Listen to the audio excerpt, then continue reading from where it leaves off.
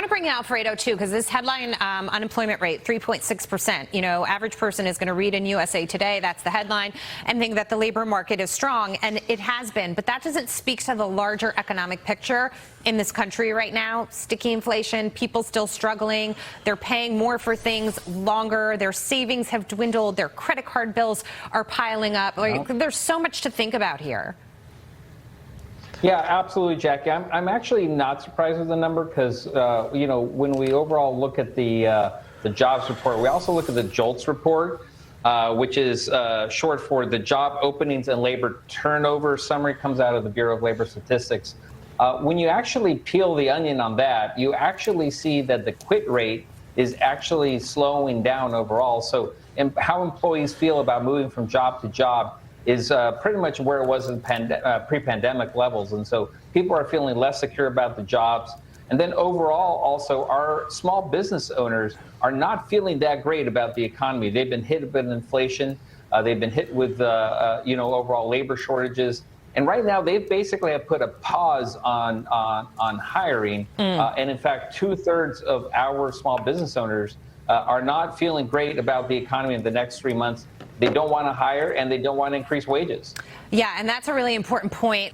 Alfredo, if I can get your take on a Wall Street Journal piece that talked about how people in this country are quitting, that they were much more apt to quit their job before because they felt like there were plenty of openings. They felt like there were better opportunities if they didn't necessarily get the flexibility that they wanted or the perfect deal or the perfect package. It seems that people are holding on to their jobs a little bit longer now. There's even some evidence that indicates people are taking on second jobs to be able to tackle that sticky inflation that still remains in the economy. So that, to me, is interesting. That's a sort of post-pandemic, post-Biden stimulus kind of spend our way out of this, a sea change, if you will, with respect to how the American is viewing things.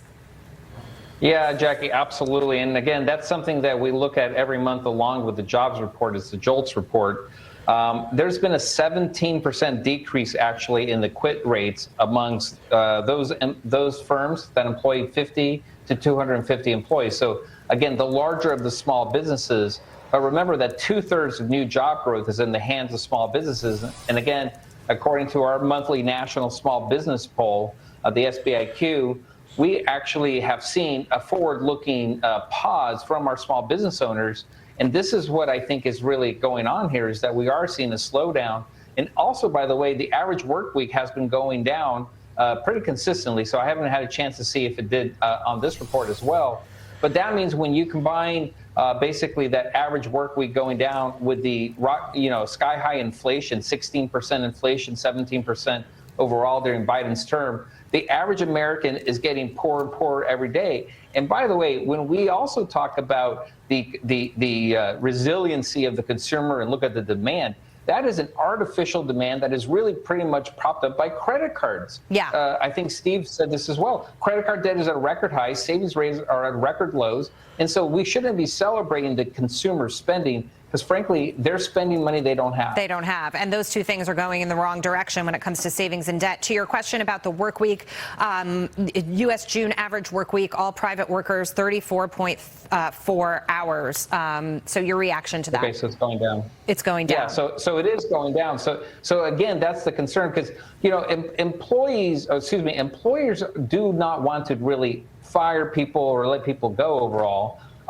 So what they do is they'll cut back on the hours. Instead of 40 or 38 hours, they'll go down to 36 hours or 37 hours. So when people's hours, and also, by the way, remember that 60% of our labor force is an hourly labor force. And so again, when those work weeks come down, their paychecks come down. What's interesting is, again, if we look at the JOLTS report versus a year ago, those same industries we were talking about, professional and business services, that quit rate went down 25%, and leisure and hospitality and accommodation food services, that quit rate went down 15%. And so on the surface, like I said, there might be more openings, but people are actually feeling less secure